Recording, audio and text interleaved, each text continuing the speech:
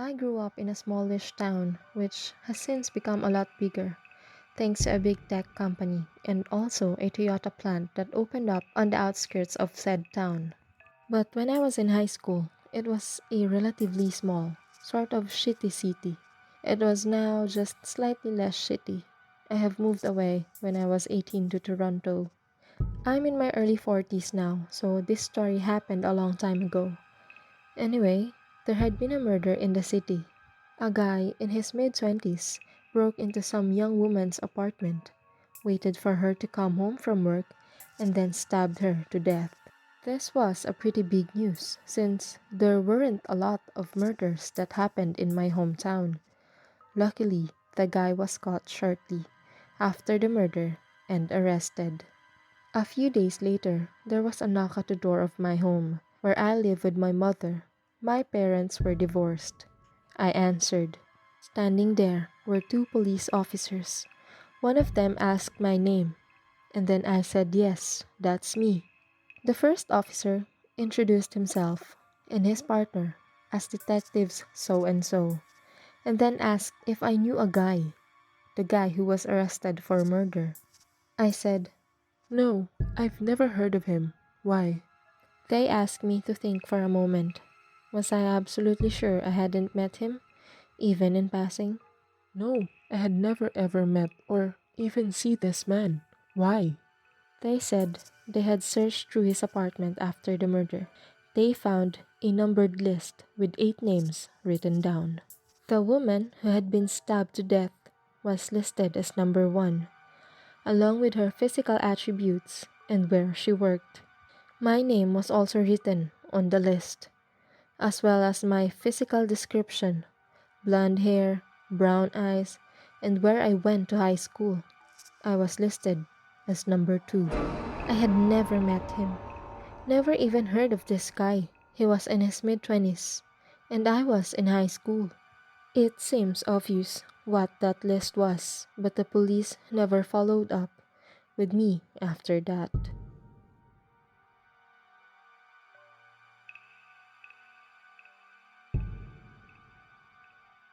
So, this was nearly 20 years ago. I feel old. Over a few months, all these posters of missing women kept going up in the neighborhood I lived and neighborhoods nearby. One night, we were sitting in a bar and there were probably 20 people in there in total. Everyone's having a nice time, no drama, nothing out of the ordinary. When this guy walks in and sits down, he was wearing a regular, not noteworthy clothing. He didn't talk or saying anything strange. He wasn't even acting in a weird way, but the whole room went cold. People stopped talking, shuffling around their seats. It was like this dark, unrecognizable energy had entered the room. I remember feeling breathless and like I just want to run from the room. Everyone else in the bar seemed to be responding the same way. The guy walked over the bar and asked for a drink. And I've never seen this happen before to a sober customer who hasn't caused any trouble. But the barman turned him away, and the guy left. Almost immediately, the atmosphere went back to what it had been. I walked up to the bar and ordered a drink, and asked the bartender why he refused the guy a drink. We were friendly, as I drank there regularly, and he said that the guy just made him uncomfortable in a way he'd never experienced before, that he couldn't bring himself to serve him a drink. Other people in the bar began to agree, but no one couldn't put their finger on why. A couple of weeks later, I was watching the news, and there was a breaking story about how someone found a dismembered limbs in a rubbish bag. The remains belonged to a missing woman whose missing photos we'd been seeing for months. They were all sex workers. They showed a photograph of the serial killer they caught, and sure enough, it was the guy in the bar that night who no one could bear to be in the room with. I can't explain why, because when he walked in and asked for a drink, he really didn't do anything strange. But He brought this terrifying, inhumane, unrecognizable energy with him. Sometimes I even wonder if he had just killed someone that night, or killed someone an hour or so later. And that's why the presence of evil felt so visceral that night.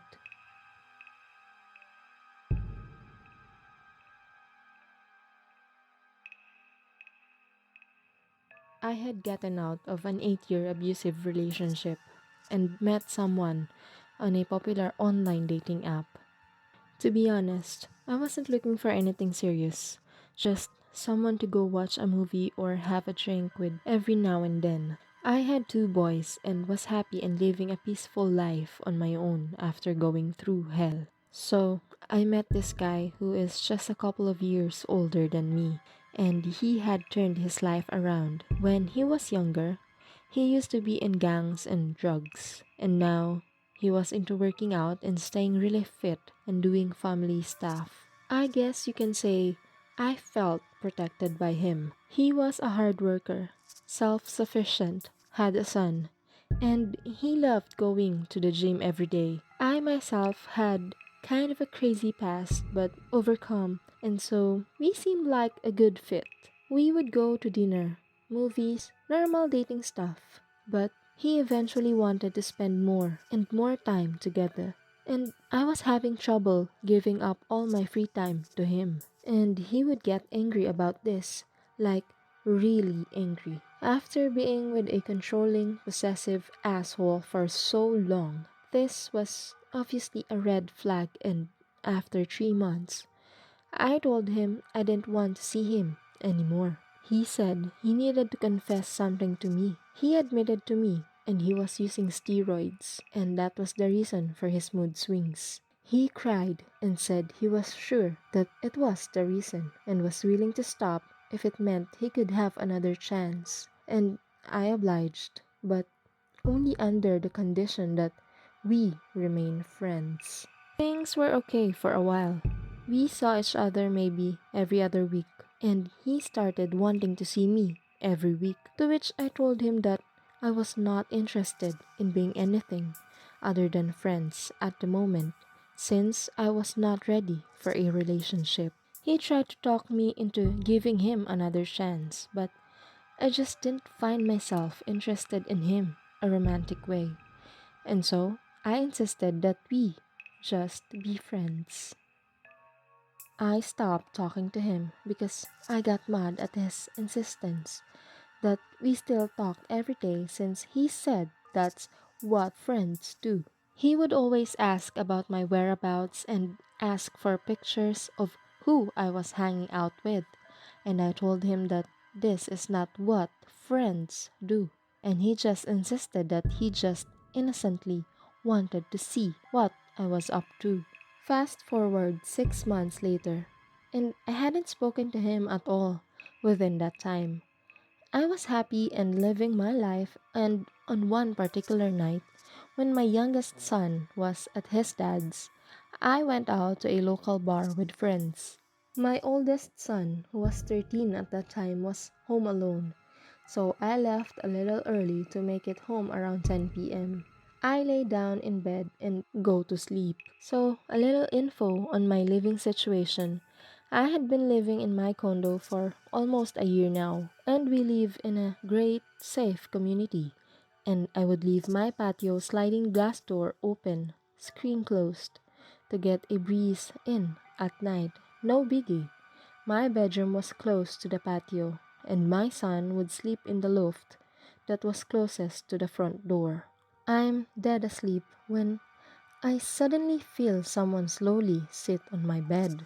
I'm laying in bed wondering why my son would come sit on my bed so slowly. He wouldn't. I turn around and it's not him. It's Mario, not his real name, laying down in bed next to me. I sit up and ask him how he get in. He's not answering me.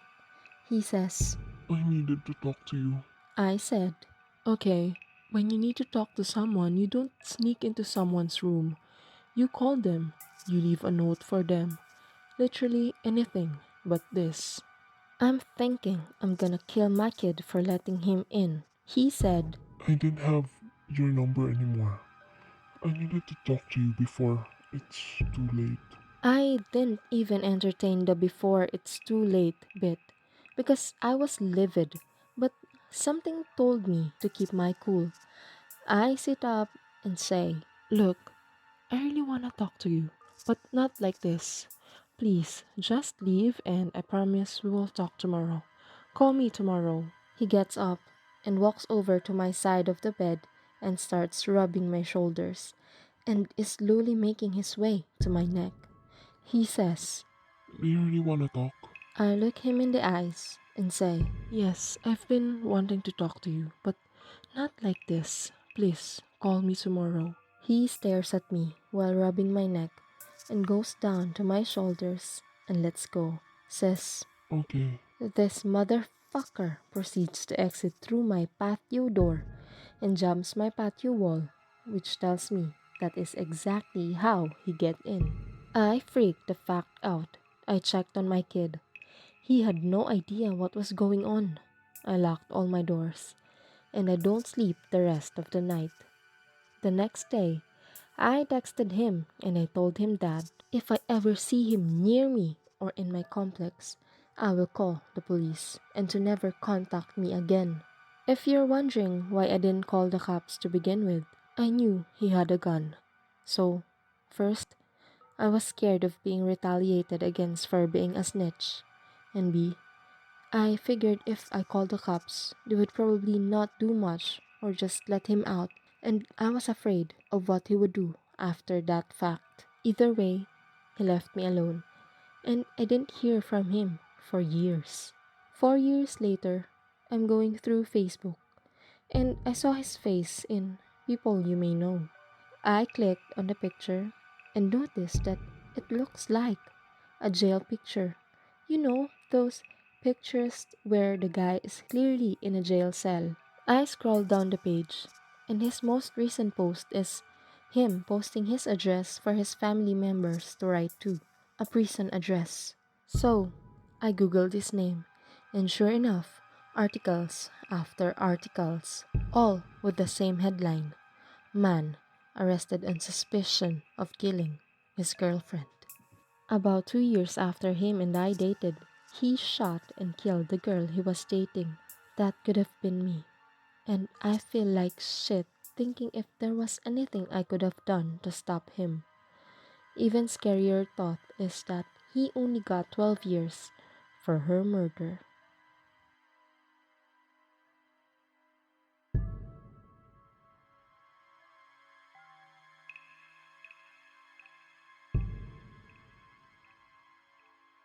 So today has been a particularly slow day at work, and I've been killing time reading these stories.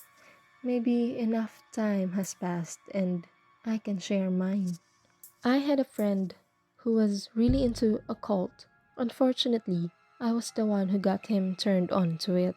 We had a mutual appreciation of the paranormal and all things weird, so I thought the subject would interest him.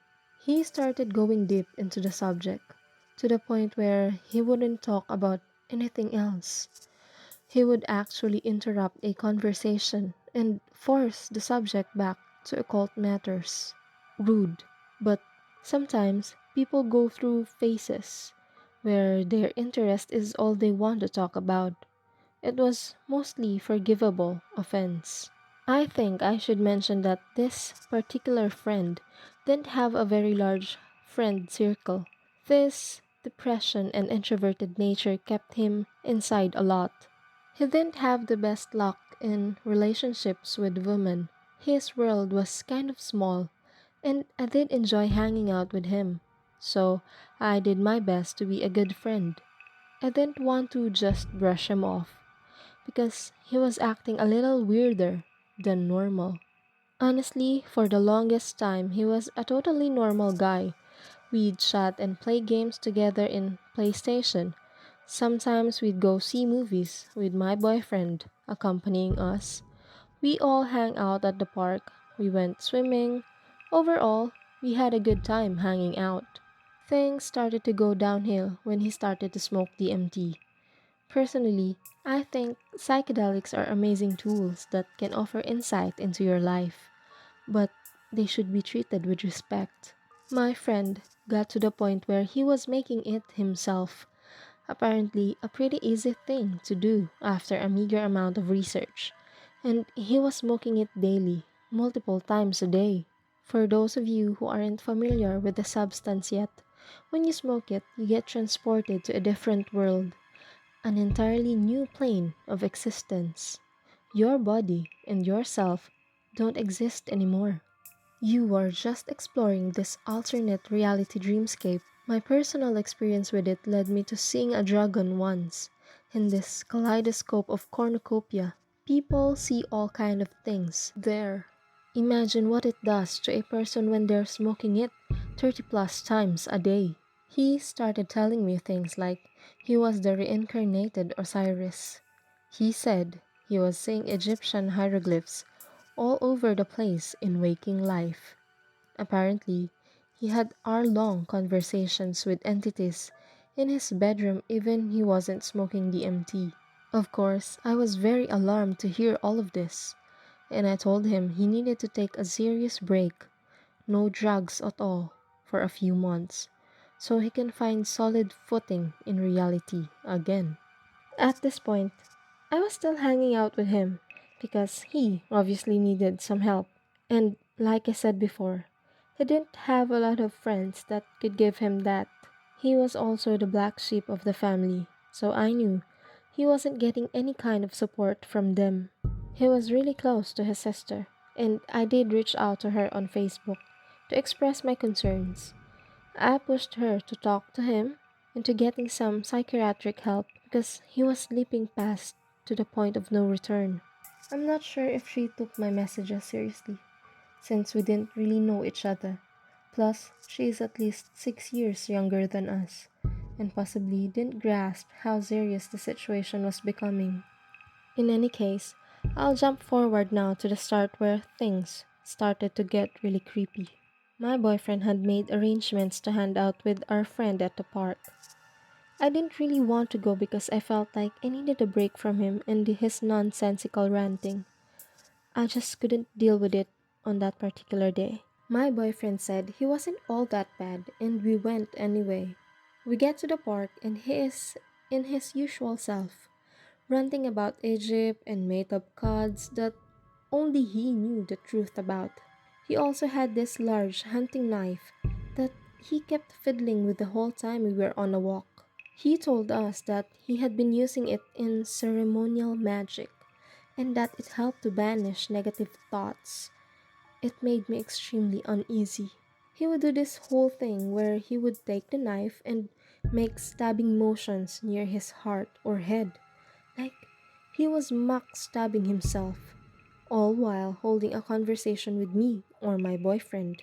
I think we were both really on edge and didn't know how or what to say or do about it. I tried to distract him from doing it by bringing up other subjects that might interest him, but he kept on with his ritual. Keep in mind, we were walking on a trail, so it wasn't like we could just say goodbye then and there. We had to walk back to our car and drop him off at his car. My boyfriend had the bright idea that we should get some lunch after our walk, even though I was doing my best to give him a look that said, "No, you crazy fuck. Why do you think I want to spend any more time with this nut?" But it must not have been very effective, or my boyfriend was ignoring it. Not sure.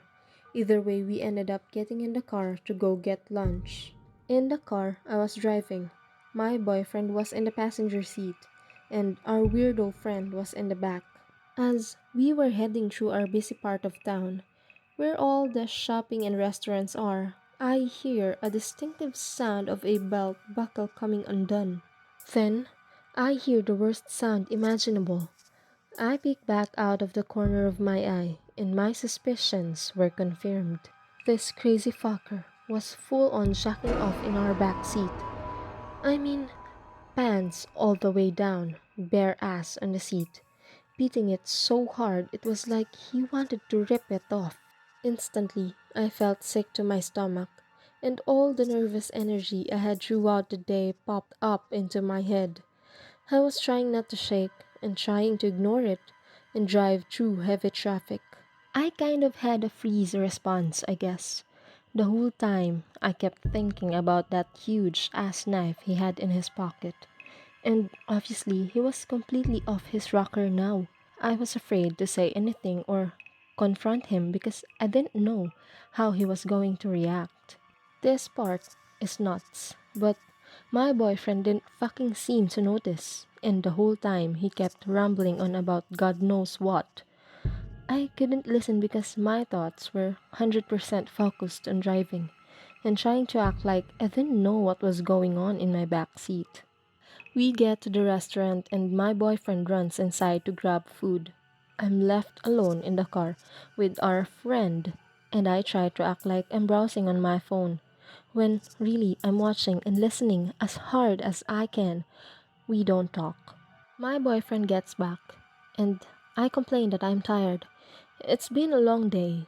Let's drop him off, etc. So I drive us back to our friend's car, and he doesn't get out of our vehicle. He just sits there. I have to get a little bit rude and ask him to please get out and go home. He gets out of the car and walks over to his passenger side.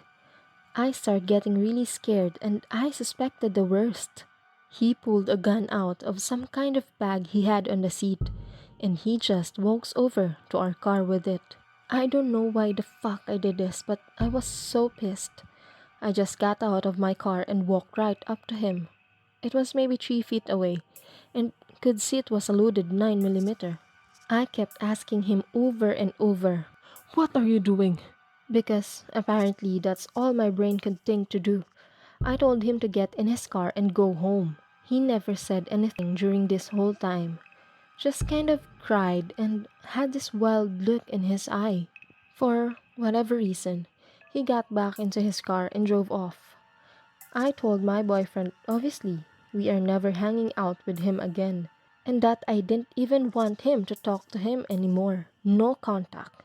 A few months pass and he occasionally messages me through the PlayStation or texts my phone. He says a lot of random stuff and I just ignore it. It turns out he moved down to Tennessee near Nashville. I don't know why. He had a roommate and I think their girlfriend lived there. I'm not really sure about the situation.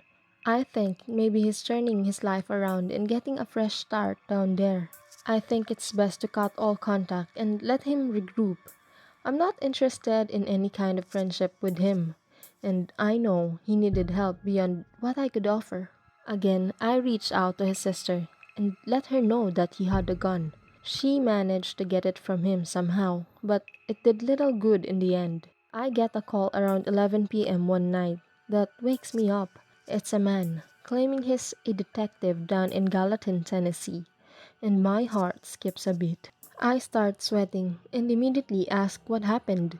Apparently, my former friend stabbed someone to death on Halloween Day. I don't know all the details, and the articles about it are kind of sparse. The whole thing is really surreal, and I'm just left feeling like I'm lucky that I didn't get shot last summer. This whole thing turned out way longer than I meant it to be, but that is the story. I'm still feeling creeped out by the whole ordeal, and I'm kind of feeling sick after writing all of this.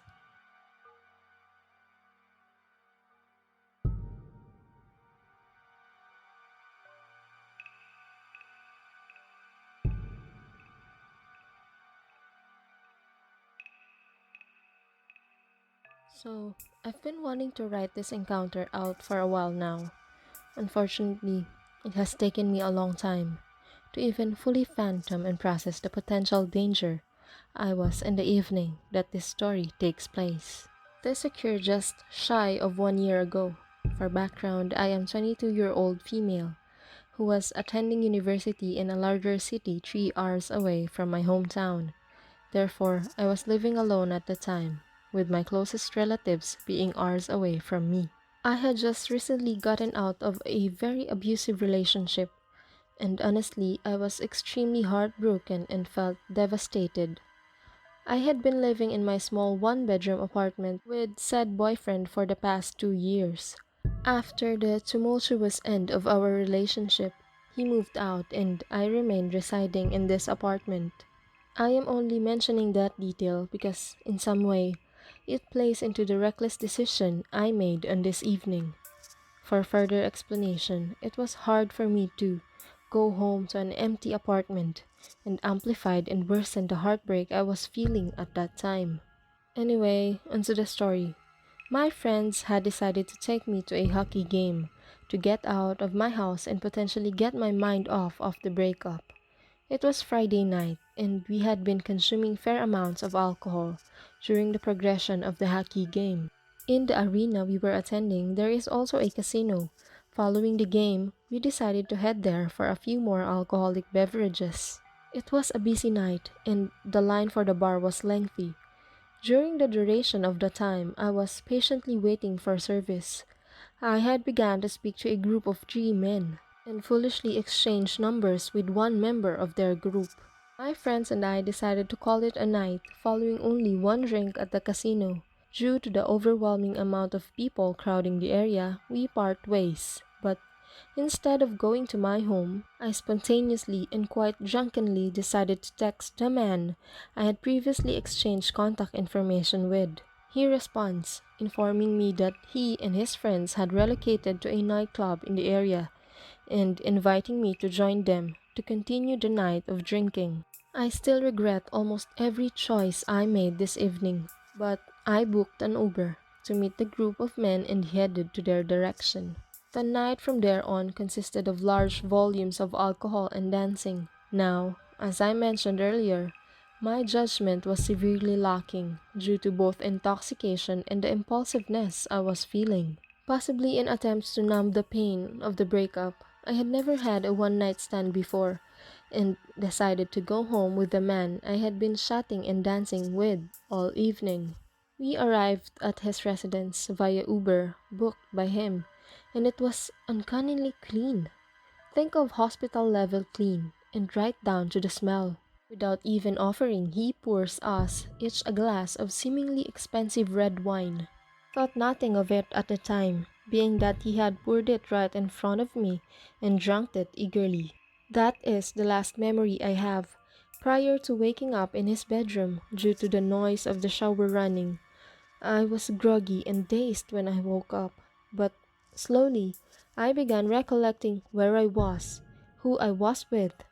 I began to panic when I realized the only article of clothing still left on my body was my bra. I frantically began to search for my cell phone, clothes, and wallet. I rushed out of his bedroom, hoping to leave unnoticed prior to him getting out of the shower, and my heart dropped. All of his furnitures and floors were completely covered with plastic shower curtains, which I distinctly remember not being there prior to me blacking out. Worse yet, all of my personal belongings were placed neatly on his kitchen island alongside a hammer. My instincts kicked in, and I swiftly grabbed my things and ran out of the door, not even bothering to put my clothes on first. Once I was out of the house, I ran for several minutes in a random direction, panicked and adrenaline fueled, sleeping on my clothing as I ran. Once I finally stopped, I called a cab and went to my apartment, not speaking about this incident to anyone for a long time to come. The detail that haunts me the most is that the only thing missing of my personal belongings was my ID. What were his intentions? Did he take my ID as some sort of trophy or memento of what he had planned for me that evening? What was put in the wine to sedate me in that way? Looking back on it, I realized I should have contacted the authorities immediately. Perhaps the reason for both me not speaking up to law enforcement or even informing my close friends, family members about the horrors I witnessed that evening was because I was, and still am, highly ashamed of the impulsiveness and naivety I acted with that night. This eats away at me daily because I believed it is potentially too late for me to report the man seeing as I do not have the slightest recollection of where his house was located or his real name. I did try to call the number he was texting me with that night, the next morning, and it is no longer in service. Also, I am positive that I had my ID in my possession when we left the club. If anyone can give me advice on how or if I can pursue this, I would be forever grateful. It weighs on my conscience to be in constant fear that he has hurt other females prior to and since my encounter. I was not in the right state of mind for not attempting to contact the authorities sooner. Anyway, potential serial rapist murderer. Let's never meet again.